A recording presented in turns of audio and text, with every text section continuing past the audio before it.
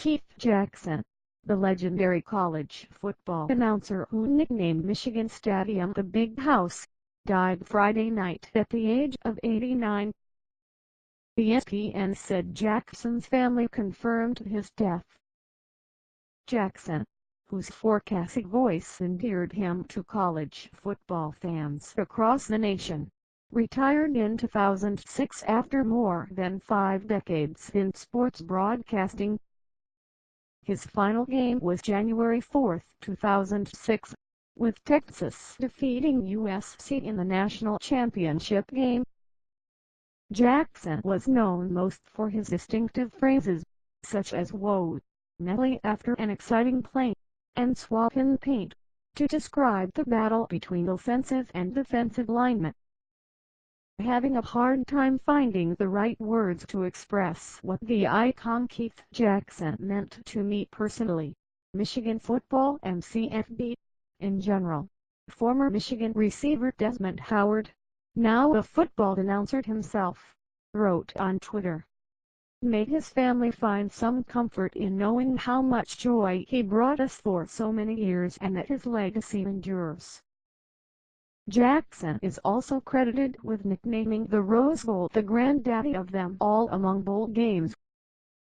For generations of fans, Keith Jackson was college football Bob Iger, chairman and CEO of the Walt Disney Company, said in a story on ESPN.com. When you heard his voice, you knew it was a big game. Keith was a true gentleman and a memorable presence.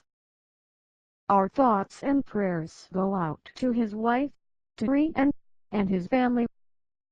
In addition to college football, Jackson also called the NFL, NBA, MLB, auto racing, golf and college basketball.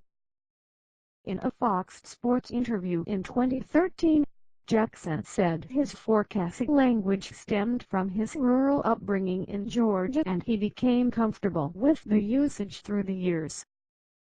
I would go around and pluck things off the bush and see if I could find a different way to say some things. And the older I got, the more willing I was to go back into the southern vernacular because some of it's funny, Jackson said. Jackson was born in Rockville, Georgia, in 1928 and graduated from Washington State University in 1954. He was a longtime resident of Sherman Oaks, California.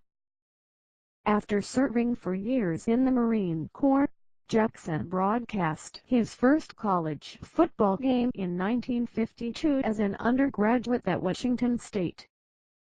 He worked in radio and television before joining ABC Sports in 1966. Jackson is survived by his wife of 63 years, Terry, and 3 children and 3 grandchildren.